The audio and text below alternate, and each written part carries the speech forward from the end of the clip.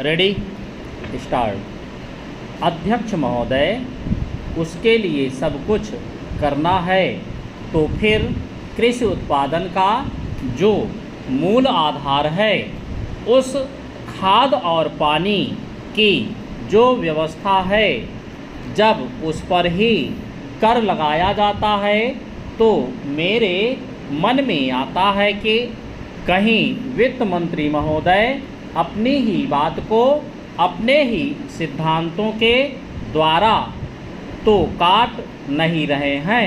मैं कहना चाहता हूं कि हमारे देश में अभी भी चौथाई भूमि से ज़्यादा सिंचित भूमि नहीं है। इस देश की जितनी कृषि योग्य भूमि है, उसका चौथाई से भी कम हिस्सा ऐसा है जो सिंचित भूमि के नाम से पुकारा जा सकता है।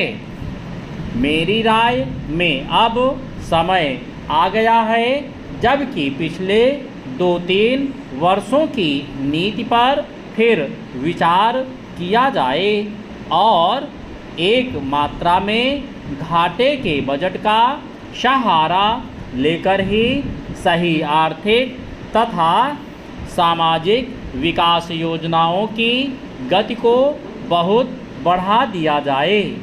इस मामले में मैं समझती हूँ कि तुरंत कार्यवाही होनी चाहिए ताकि आज जनसाधारण में जो असंतोष उभर रहा है वह हानिकर दिशाओं में ना चलने पाए।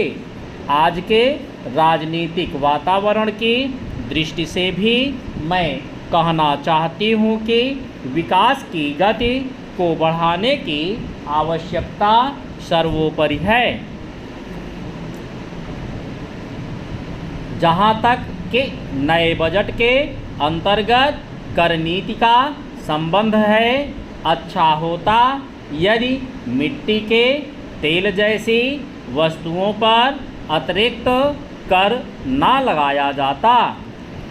मेरी राय में इस प्रकार के करों से बचना ही उचित है, परंतु वस्तुस्थिति कुछ ऐसी लगती है कि प्रायः गरीबों पर करों का भार लादे बिना सरकार की गाड़ी आगे बढ़ ही नहीं सकती। एक नया कर जिसे पहली बार वित्त मंत्री ने लगाने की ठानी है, वह कृषि संपत्ति संबंधी कर है।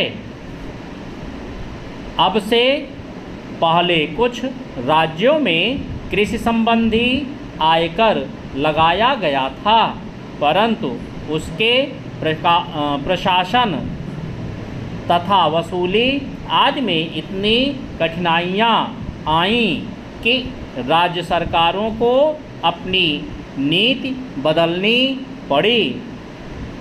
बात यह है कि जहाँ करोड़ों अनपढ़ तथा गांवों में बसने वाले किसानों पर हिसाब किताब रखने और रिपोर्ट भेजने की जिम्मेदारी लादी जाती है, वहाँ ऐसा कोई कर सफल नहीं हो सकता। उल्टे उसके कारण लाखों लोग कई प्रकार से सताए जाते हैं और फिर वे लोग सरकार से नाराज हो जाते हैं। इसलिए पहले देखना यह पड़ेगा कि यह कर कितने कृषकों पर लागू करने वाला है और उससे कितना रुपया कर के रूप में वसूल होगा। अध्यक्ष महोदय, उसके लिए सब कुछ करना है तो फिर कृषि उत्पादन का जो मूल आधार है, उस खाद और पानी की जो व्यवस्था है, जब उस पर ही कर लगाया जाता है तो मेरे मन में आता है कि कहीं वित्त मंत्री महोदय अपनी ही बात को अपने ही सिद्धांतों के द्वारा तो काट नहीं रहे हैं,